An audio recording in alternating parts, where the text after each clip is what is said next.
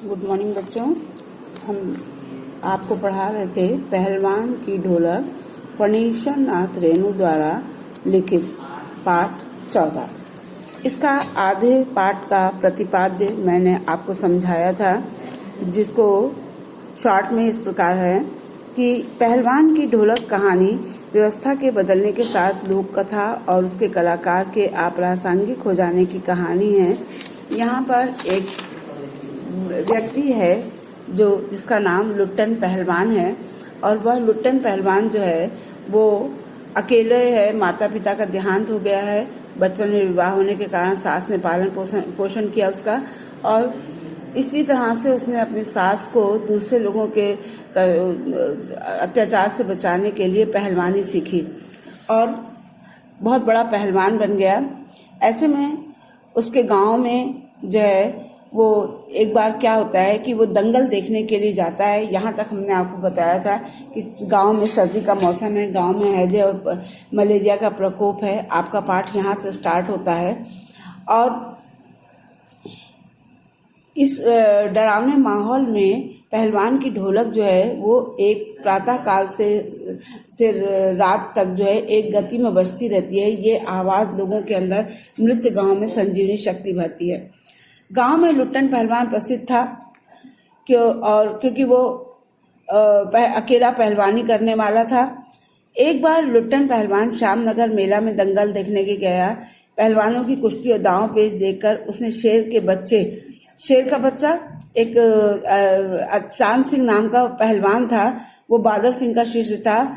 उसने 3 दिन में वहां के जो रहने वाले लोग थे, पंजाबी और सारे पठान पहलवानों को हरा दिया था।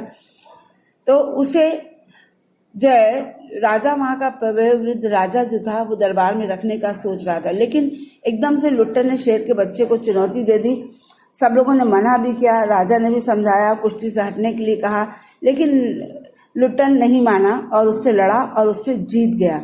जब जीत गया तो उसकी चारों ओर जो है प्रशंसा होने लगी और राजा ने उसे अपने राज दरबार का पहलवान बना लिया। लेकिन राजा का जो मैनेजर था वो नहीं चाहता था कि ये राज पहलवान बने।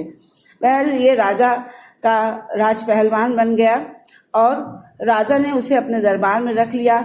जो उधर पंजाबी जमायतों की जो लोग चांद सिंह की हिमायत कर रहे थे वो चांद सिंह के आंसू पोंछ रहे थे। राजा साहब ने लुट्टन को न केवल पुरस्कृत किया बल्कि अपने दरबार में रख लिया और कुछ ही दिन में लुट्टन सिंह की कीर्ति जो है दूर दूर तक फैल गई। उसने बहुत बड़े बड़े नामी पहलवानों को हराया और काला खान जैसे प्रसिद्ध पहलवान को भी हरा दिया। लुट्टन सिंह मेलों में जाता था, लंबा चोंगा पहने, अस्त व्यस्त पगड़ी बांधे, मतवाले हाथी की तरह 1-2 से रसगुल्ला खाना, मुंह में 8-10 पान ठूस लेना बच्चों जैसा शौक था और दंगल में उससे लड़ने की कोई हिम्मत नहीं करता था। इस तरह से 15 साल बीत गए। उसके 2 पुत्र हुए। उसकी सास पहले भी मर चुकी थी और उसकी पत्नी भी 2 पहलवान पैदा करके मर चुकी थी। उन दोनों पुत्रों का दरबार से भरण पोषण हो रहा था। पहलवान हर रोज उनसे कसरत कराता था और बताता था कि तुम्हारा गुरु कोई नहीं, ये ढोल है। अचानक राजा साहब सर सिधार गए। नए राजकुमार ने विलायत से आकर राजकाज अपने हाथ में लिया। उसने पहलवानों की छुट्टी कर दी। अब लुट्टन का अपना ढोल कंधे से लटका कर अपने पुत्रों के साथ गांव लौट आया। गांव वालों ने उनके लिए एक झोपड़ी बना दी और वह गांव के नौजवानों और चरवाहों को कुश्ती सिखाने लगा। खाने पीने का खर्च गांव वालों की तरफ से हुआ। गरीबी के कारण धीरे धीरे किसानों और मजदूरों के बच्चे स्कूल में आने बंद हो गए। अब केवल अपने लड़कों को ही ढोल बजाकर कुश्ती सिखाता और उसके बच्चे दिन भर मजदूरी करके कमा के लाते। अचानक गांव पे संकट आ गया। सूखे का कारण अन्न की कमी हो गई। फिर चारों ओर मलेरिया और हैजा की महामारी फैल गई। घर के घर खाली होने लगे। हर घर से 2-3 लाशें उठने लगी। लोग एक दूसरे को ढाढ़स देते। ऐसे समय में केवल पहलवान की ढोलक बजती थी, जो गांव के अर्धमृत औषधि उपचार पथ्य विहीन प्राणियों में संजीवनी शक्ति भरती थी। एक दिन पहलवान के दोनों बेटे भी चल बसे।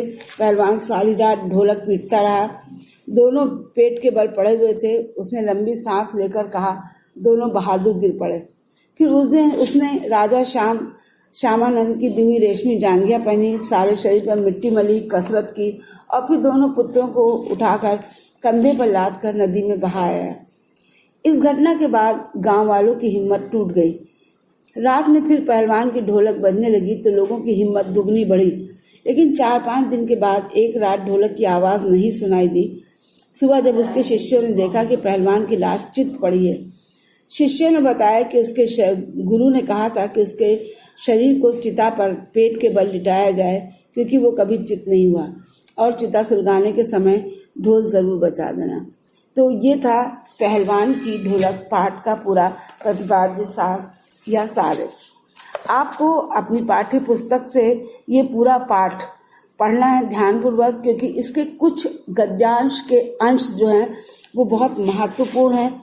उनमें से कुछ अंश मैं आपको अभी दे रही हूँ और उससे रिलेटेड जो है प्रश्न हैं जिनको आपको पाठ के उन अंशों को पढ़ के समझ के करना है।